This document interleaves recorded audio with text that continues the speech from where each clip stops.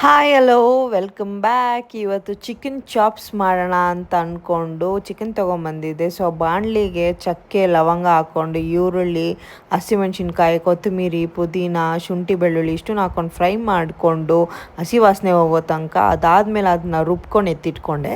ಮತ್ತು ಬಾಣಲಿ ತೊಗೊಂಡು ಈರುಳ್ಳಿ ಹಾಕ್ಕೊಂಡು ಗೋಲ್ಡನ್ ಬ್ರೌನ್ ಬರೋ ತನಕ ಫ್ರೈ ಮಾಡಿಕೊಂಡು ಚಿಕನ್ ಹಾಕ್ಕೊಂಡು ಅದನ್ನು ಸ್ವಲ್ಪ ಫ್ರೈ ಮಾಡಿಕೊಂಡು ಅದಕ್ಕೆ ಸ್ವಲ್ಪ ಕಸೂರಿ ಮೇಥಿ ಹಾಕ್ಕೊಂಡು ಆಮೇಲೆ ಈ ರುಬ್ಬಿದ ಮಿಶ್ರಣ ಹಾಕ್ಕೊಂಡು ನೀಟಾಗಿ ಫ್ರೈ ಮಾಡ್ಕೋಬೇಕು.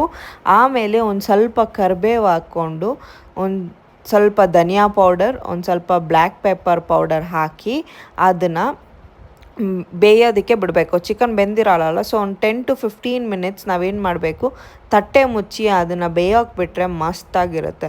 ಬೆಂದ ಮೇಲೆ ತಿರ್ಗಾ ಓಪನ್ ಮಾಡಿ ಇನ್ನೊಂದು ಸ್ವಲ್ಪ ಬ್ಲ್ಯಾಕ್ ಪೆಪ್ಪರ್ ಪೌಡರ್ ಹಾಕಿ ಇನ್ನೂ ಒಂದು 5 ಮಿನಿಟ್ಸ್ ಬೇಯಕ್ಕೆ ಬಿಟ್ಟರೆ ಖಾರವಾಗಿರೋ ಚಿಕನ್ ಚಾಪ್ಸ್ ಅಂತೂ ಸೂಪರಾಗಿತ್ತು ಗುರು.